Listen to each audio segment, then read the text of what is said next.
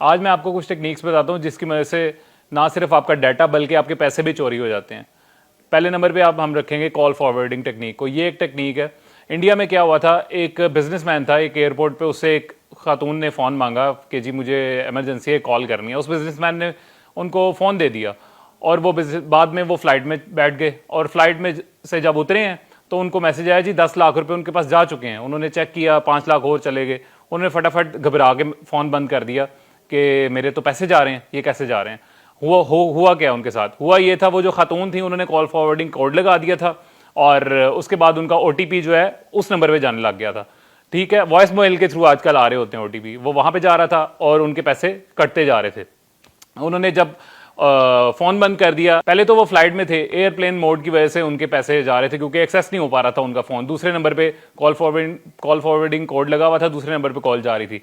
लेकिन जब वो उतरे उन्होंने अपनी सेक्रेटरी को फोन किया कि जी मेरे पैसे कट रहे हैं। उन्होंने सिम ब्लॉक करवाई जाए, सिम ब्लॉक करवाई तो ऑटोमेटिकली उसको एक्सेस और खत्म हो गई, तो और पैसे जाने शुरू हो गए, 20-30 लाख और चले गए। ये एक टेक्निक है जिस कॉल फॉरवर्डिंग टेक्निक है। करना क्या था, उन्होंने सिर्फ एक कोड डायल करना था जिसके थ्रू ये स्कैम से वो बच सकते थे। सिर्फ कॉल फॉरवर्डिंग जो है वो अपनी उसको डीएक्टिवेट करना था। दूसरे नंबर पे है जी एसएमएस या कॉल स्पूफिंग। इसमें क्या होता है, एक सेटअप लगाया जाता है, कुछ सिस्टम रखे जाते हैं और उसके थ्रू ये जो है किसी भी नंबर से किसी भी इंसान को कॉल कर सकते हैं या मैसेज कर सकते हैं। और ना सिर्फ कॉल और मैसेज कर सकते हैं बल्कि आवाज भी उसी में बात करते हैं। ठीक है, वीडियो व्हाट्सएप पे कॉल भी कर लेते हैं, उसी की तस्वीर से आ रहा होता है, उसी की नंबर से आ रहा होता है, उसी की आवाज में आ रहा होता है। ये इसको कहते हैं एसएमएस स्पूफिंग या कॉल स्पूफिंग टेक्निक। इससे आपने बचना है। इससे बचना कैसे है कि आपको अगर कभी भी फोन आए और इस तरह पैसे आपसे कोई मांगे, आपको लगेगा ये मेरा कोई रिलेटिव है या मेरा कोई बेटा है या कोई भाई है, ये मुझे जो है या मेरा कोई जानने वाला है जो मेरे से पैसों की डिमांड कर रहा है,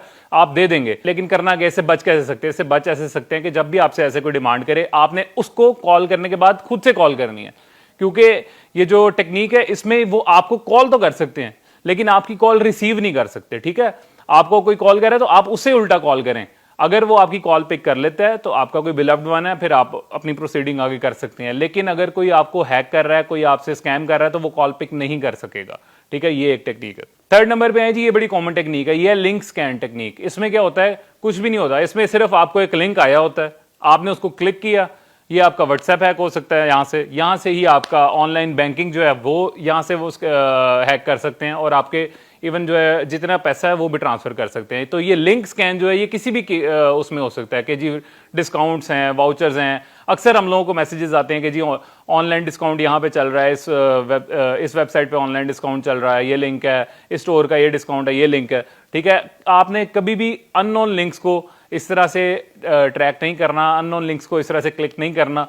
ठीक है, ये एक बहुत बड़ा स्कैम है जो इंडिया में बहुत ज्यादा फैल चुका है और पाकिस्तान में भी अब ये बहुत ज्यादा फैल रहा है। फोर्थ नंबर पे आएंगे जी bar code scan. Bar code जो है स्कैन, ये आजकल छोटी छोटी चीज जो है वो हम लोग बार कोड से चेक कर रहे होते हैं, बार कोड से स्कैन कर रहे होते हैं। बार कोड स्कैम जो है ये भी बहुत ज्यादा रैपिडली इंक्रीज हो रहा है और ये भी इस सेम टेक्निक्स पे काम करता है। ठीक है, आपको नहीं पता कि आप जो बार कोड स्कैन कर रहे हैं ये क्या है। वो बार कोड आपने स्कैन करना है, उसी के थ्रू आपका मोबाइल हैक हो जाता है, उसी के थ्रू आपकी जो है वो ट्रांजैक्शंस हो सकती हैं।